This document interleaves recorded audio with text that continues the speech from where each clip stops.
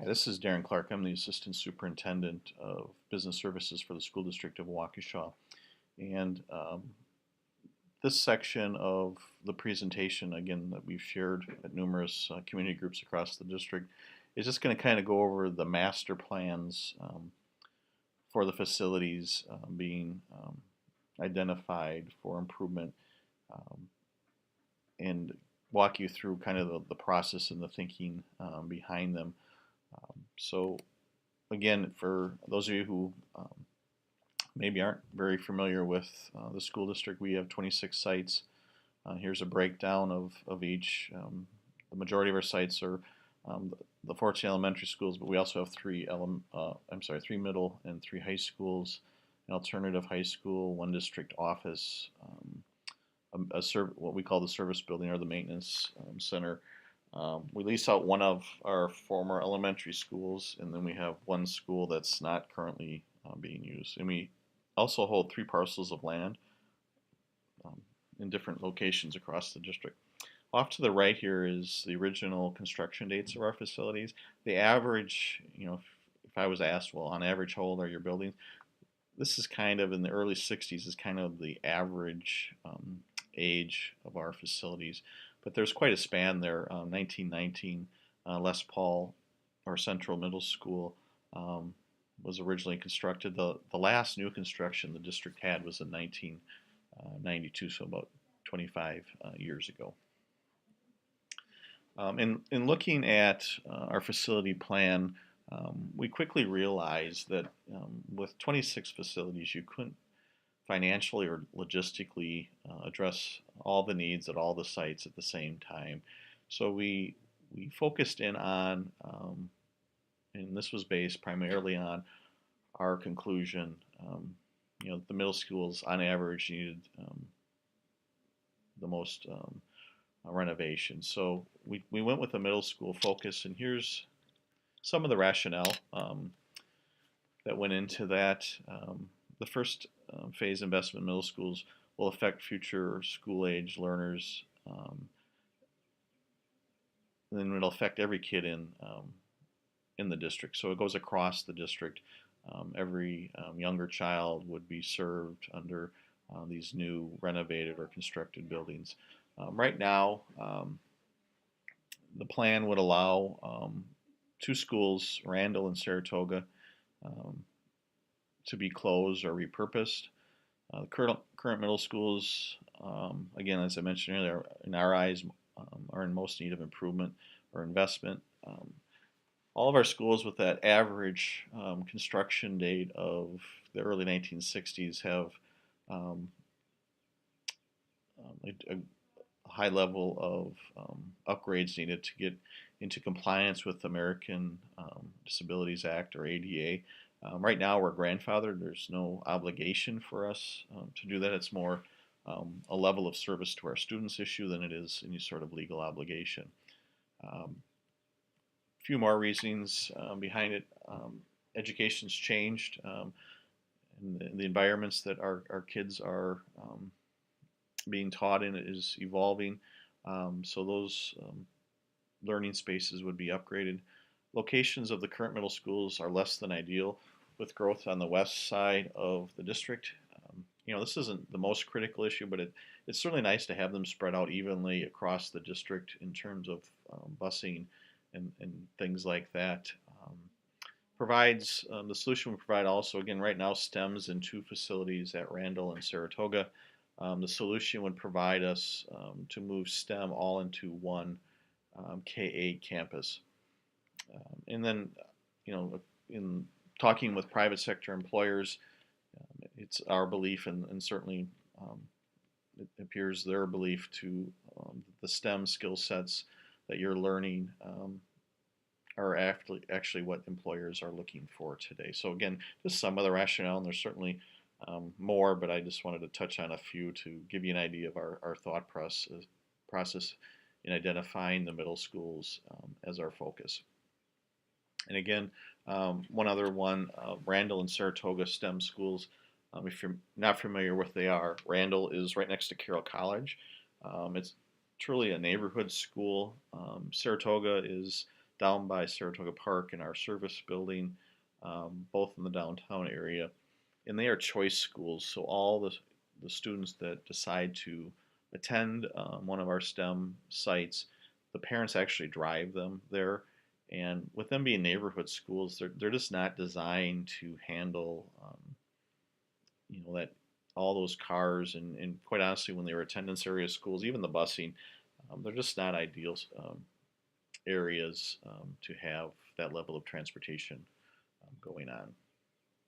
So I'm going to walk you through each site's plan and kind of the overall solution that we're looking at. And keep in mind, I've already informed you that we would be moving out of the existing STEM buildings, and I'll get to how that's possible.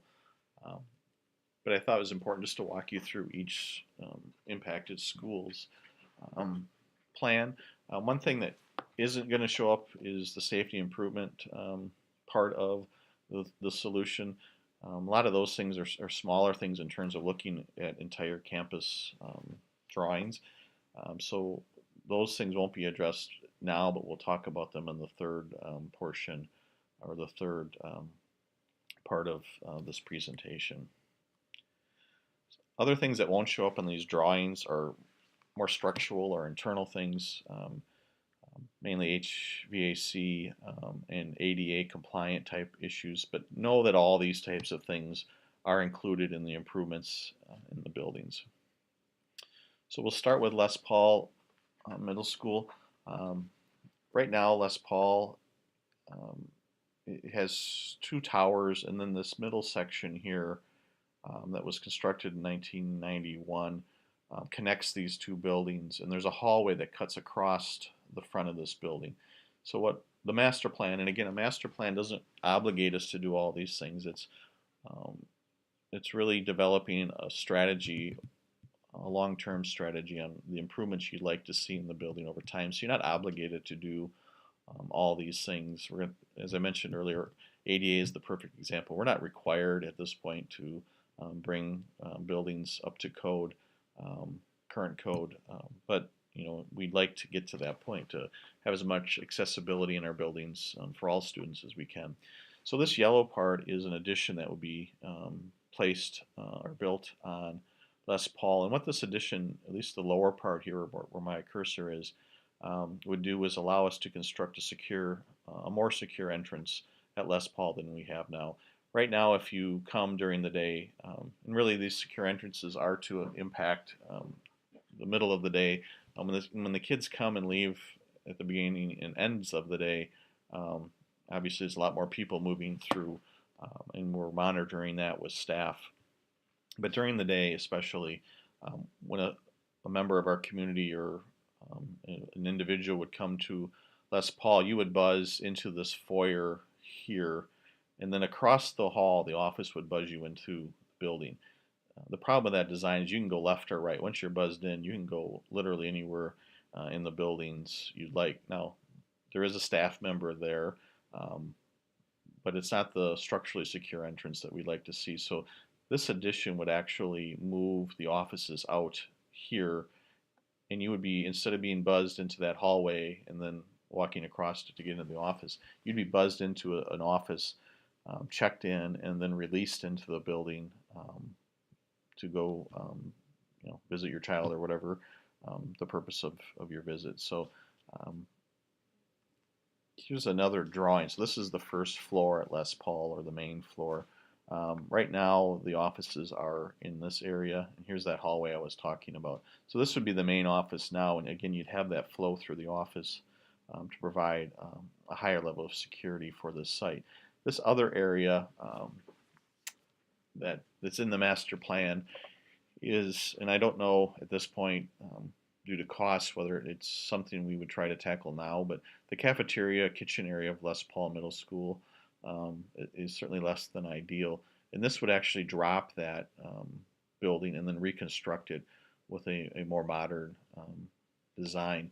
How we develop the costs for a project scope the size of this is we identify the areas that we would like to someday address, and then you identify the level of renovation. So level one is more, I guess I equate it to remodeling your living room, where level 3 is a more intensive remodeling that would be more like a kitchen or a bathroom in your own home. But it's the same in schools. So a lot of this blue area, again, would be a lower level of renovation. The green areas are um, mainly your toilets and locker room areas, and that's all ADA driven. But just like your home, those spaces tend to be more expensive than a standard classroom. So then we identify these areas and on a square foot basis apply a cost to them and multiply it out. So again, a lot of sites are currently highlighted here, and we go through every floor. Here's the lower level of Les Paul. We only have one lower level in one of the towers. Again, locker rooms are in the green areas. This pink area here is cleaning up some storage to make it more useful. The second floor, again, the connecting building is only one floor, so that's why it's blank here. Again, the green areas throughout our toilet and ADA driven with some other minor improvements throughout the building. One thing interesting about Les Paul, it's our oldest building, but it was our most recently renovated middle school in 1991. So when you look at the financials later on, you'll see that the investment in Les Paul seems to be significantly lower.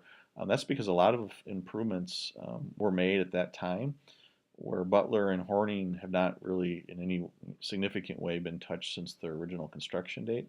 So it seems backwards until you factor in that 1991 renovation. The third floor, or I think the school actually calls it the fourth floor,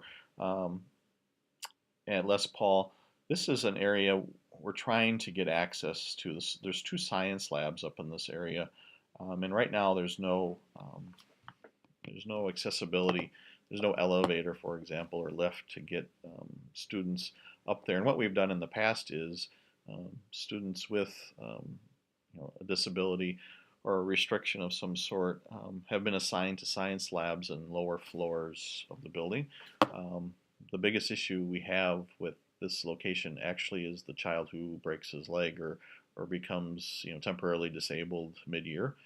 So we're trying to come up with a solution here, but the costs related to that, and I hate to have dollars drive accessibility issues, but we're not sure what solution we can come up with. We've even discussed you just move the labs lower into the building and create accessibility that way. So I just wanted to be upfront on that one, that we're still looking at solutions there. Horning Middle School. One thing that we're trying to get is, again, that secure or more secure entrance. And if you're familiar with Horning, buses come into this loop here and drop off. So all the kids come here on the second floor and enter in the cafeteria area. The offices are actually down here on the first floor or lower level. And there's really no, if you come to Horning, there's really no identifiable front door. So this small addition, it doesn't seem like much, but it really adds a lot of functionality to the design of the building. So keep that. We'll move to the next slide and just stay focused on the yellow area, and I'll be better to show you. Again, the students enter over here, but up a floor. We'll touch on the second floor in a second. Right now, the administrative offices are right here. So if someone's buzzed in here or here, these are kind of duplicate doors or sister doors. You can't really tell one from the other. But if you're buzzed in here, you can go straight into the building. You can turn left and go to the office. We like everyone to come to the office. Or you can go up the stairs to the next level. There's not much segmentation, or there's a very, very little segmentation in this building. So what we do is we would move the administrative offices down here. Again, this is that addition I showed you on the previous slide. And that would allow us to create, again, that flow through the office during the day where anyone visiting our schools would have to check in and then be released into the building. So again, a very small addition. It also provides a line of sight to a better line of sight to where the kids are getting dropped off at the site. So other than that, we're not changing the hallways or the traffic pattern within the school. It's a solid design that we believe works. These green areas are are more intensive renovation because of gas and water, but you try not to move the science labs or the art rooms because they do have water, they do have gas, there's plumbing involved. And there's also this dedicated storage space. These areas of instruction tend to come with more materials to work with. So you try to leave them as much alone as you possibly can. But we are touching the bathrooms and the locker rooms, but again, not the basic floor plan of Horning. Here's the second level. Here's where the students currently come in. Again, this is the horseshoe out here. They come into the cafeteria and then disperse into the school as needed. The library, we've kind of left kind of a broad design here. Obviously, libraries, along with instruction, have changed how they're utilized. So we've got some general ideas of how we like to see that look, but right now we don't have a specific plan in place. And again, here's off to the right, I should have mentioned this earlier, is kind of a summary of what we're looking to do. This map I showed in the first part of this presentation was a demographic map, and we secured this information to help us know, well, where's the movement of the population measured in housing starts. And again, the movement is in the west and southwest, and that's where the housing starts are. Then we blend that with an enrollment study, and that helps us know, well, where are the kids who are growing up in existing homes, and we use that data. But the purpose of the map here is I just wanted to outline the 3 land holdings that the district has. This is 164 here, 43, you can see it down here.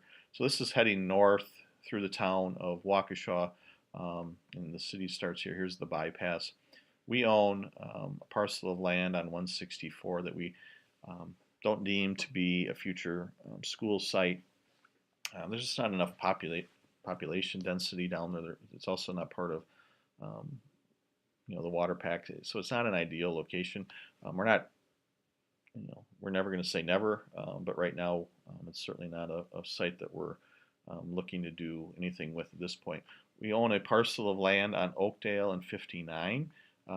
Again, there's some real access and egress issues here that I don't know if that's ever a future school site or not. But this piece of land here, this is MacArthur Road and Merrill Hills Road. To give you a point of reference, Rose Glen Elementary is down here, Lowell's up here, North High School's right here. This is the parcel of land we're going to talk about now. This is a piece of land the district has owned since the late 90s, and we see this as really our flex space for any growth over the next several decades. This is the location that we would look to go. Again, if you can take into consideration the red areas, the growth is moving west. So it's an important land holding for us and an important asset. So here, again, just to kind of place you on where this map is, this is MacArthur Road and this is Merrill Hills Road. So this is that intersection. This green area is all the land that the district currently owns, again has for the last couple decades. This arc right here and this extension of MacArthur Road do not exist at this point. This is the bypass, and so anything on the arc and to the right is all being driven by DOT design, and we don't have much say in that so far. So what we're proposing is the construction of a new middle school out on our property on the west side of the district, 1,000 student middle school. Butler right now has roughly 900 kids being served there. So what would happen is all the kids currently attending Butler Middle School would transition to this new middle school. Probably the most common question I've gotten related to that transition deals with boundaries. And the nice thing about this plan is this site is already in Butler Middle School's attendance area, so there'd be no change in middle school attendance areas across the district. It all fits in nicely, and the existing boundaries would remain in place during this process. A few designs that are nice with this, that come with the ability to start with a a clean slate is bus traffic would be here, and you would separate the cars over here. You'd loop in and out. So, in a perfect world, you'd like to have buses and cars separated. Um, but in this case, we could actually accomplish that. But again, here's that land. We'll have 20 acres that are cut off from the rest of our parcel over here, and then the remaining. This is a potential elementary school site, and really all we did was place that there to show the board that we have options out here, and that this piece of land would continue to be, a growth potential growth site for the district if we ever got to that point. But we're not proposing that, but we just wanted to give you an idea. The site would actually be developed just for the athletic fields that a middle school would need. We put these fields in there again to provide some scale, because sometimes it's hard to get a feel of how big an area is when you're just looking at a drawing. We're putting it in this corner because this is the lowest spot of the site, and the water would naturally flow to the detention pond. The glacial Drumlin State Trail is right here. So we would look to work with the DNR. We've had some very, very preliminary conversations with them about providing access from the trail up to the middle school for any students that may want to ride their bikes, if their parents are comfortable with that. Pebble Creek's also running through here, so we think there's some really great opportunities for unique educational spaces for our students out there. So again, the kids that currently go to Butler Middle School would all transition to this site. And what that does is it creates an opening at Butler, and that's where our solution for STEM comes in. So all the kids who currently, at the time all this would be completed, all the kids at that time that would be attending Randall and Saratoga would transition to this school. Right now we're calling it STEM Academy at Butler campus, but those types of things have not been finalized at all. A couple of things with the redesign of the Butler site. First of all, this would be a choice school, so parents would be driving. There'd be no busing here. All the kids would be bused to the new site, so all the existing Butler kids would be taken care of in that regard. But we would recreate a drive here that would enter off of Hine and exit onto Moreland. One nice thing that we like about this design, and this isn't final, but we think it's pretty close to a final solution, is it would allow us to queue up cars, so you don't have, you'd be able to pull as many cars as possible off the streets so traffic could flow more naturally. And then the other entrance point is here, and the cars would loop around and then exit back out onto Michigan. We would get rid of the horseshoe because we feel parents would still, and visitors would still gravitate to this location, and we want this to be the main entrance. This yellow area is the secure entrance that would be constructed. Right now, again, the kids enter on the middle floor of Butler, and the admin offices are up a floor and are over here. So technically, I guess this is the front door for Butler, even though I think most people think it's the horseshoe. So we would move the main entrance to the back. This area here, again, this is a cave building under this scenario. This soft play and asphalt area would be secured. This is where the smaller kids would play. But all the kids at STEM, especially those at Randall, they'd actually have green space to expand their learning environment from what they have now. The next slide, again, this is the first floor, but it's the middle floor for people who aren't familiar with Butler Middle School. This is that secure entrance I was just showing you. And we would move the admin offices down a floor and move them to the back side of the building, which has the entrance, to create, again, that flow through the office. The other thing that this addition would allow us to do, Butler's a 3-floor school, and they have no elevator. So this would allow us to create space to allow that elevator to be put in place and serve all 3 floors, while still providing that secure entrance, structurally secure entrance that's more ideal. We would actually move, this is the existing kitchen, we would turn those into classrooms. In these areas here, with the STEM academic program, more flexible spaces are more desired.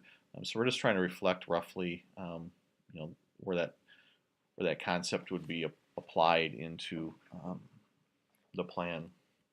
So the lower level, we would move the kitchen and commons down a floor. Again, in all the buildings, ADA, especially Butler and Horny, all the ADA issues would be addressed. Here's the elevator coming down to the lower level. The upper level, and right now this is where, again, this is up a level from where the kids come in at the beginning of school off the buses. This is where the admin offices are now, so again, they're moving down a floor into the space down here. This upper level, this personalized learning area is where the library is now, so that would be opened up and providing more options for instructional spaces for staff and students. But the other thing that this floor would be used for is to house the younger grades. So the K2 or K3 students, they would be actually on their own floor, and we can run this as a school within a school. We've been doing research on how K8s operate. K8 structure is not an unusual structure at all. Down in the Racine area, there's numerous K8 buildings or districts. The Chicago area has a lot of K8 structure as well. So we think having this segregated space will provide for the younger kids a school within a school, and then also provide the option to having the older kids team up with the younger kids in certain situations to expand their learning options. This is just a slide that walks you through very broad snapshot of the improvements that we're looking to do. So just to kind of summarize, Horning and Les Paul middle schools would be renovated with new secure entrances, some ADA improvements, and then maintenance upgrades as well. Butler Middle School would become a K-8 STEM campus. Again, ADA, new secure entrance, instructional area improvements, and an improved traffic pattern at that location. Randall and Saratoga STEM sites would be decommissioned or repurposed. I've been asked the question at some of our community meetings. It's a very fair question. What would you do with the proceeds from the sale of these schools? And my response to that has been, we don't factor it into the construction costs because you just don't know when a sale could take place. But if a sale did take place in the future, we could either utilize the proceeds to buy down the debt related to the work we just discussed, or we could take the proceeds and invest them in the buildings not being touched by this phase of the facility improvement plan. So those would be the two options that I would present to my board for reconsideration. The last section is the new middle school. This is, again, would serve the Butler Middle School attendance area. New construction, so it would be fully ADA compliant and have the latest secure designs. One thing to keep in mind as you look at these is the Horning and Les Paul are standalone items. We're going to renovate those schools, but we're not changing grade configuration or attendance areas, so you can do those in isolation. But the Butler Middle School, STEM, new middle school, those three things come as a package. So just keep that in mind as you are reviewing this information. Here's my contact information. If you have any questions or feedback that you'd like to share, feel free to shoot me an email or give me a call. And then also on the district website, we've put out all the presentations, both videotape of the community focus groups, and then the PowerPoints for the community stuff. I might, this presentation is a little different than those because I've actually put in what we're sending out in the survey. The previous presentations talked about ranges of costs and those types of things. So this one's a little different, but overall it's basically this exact same presentation that the other groups across the district have seen.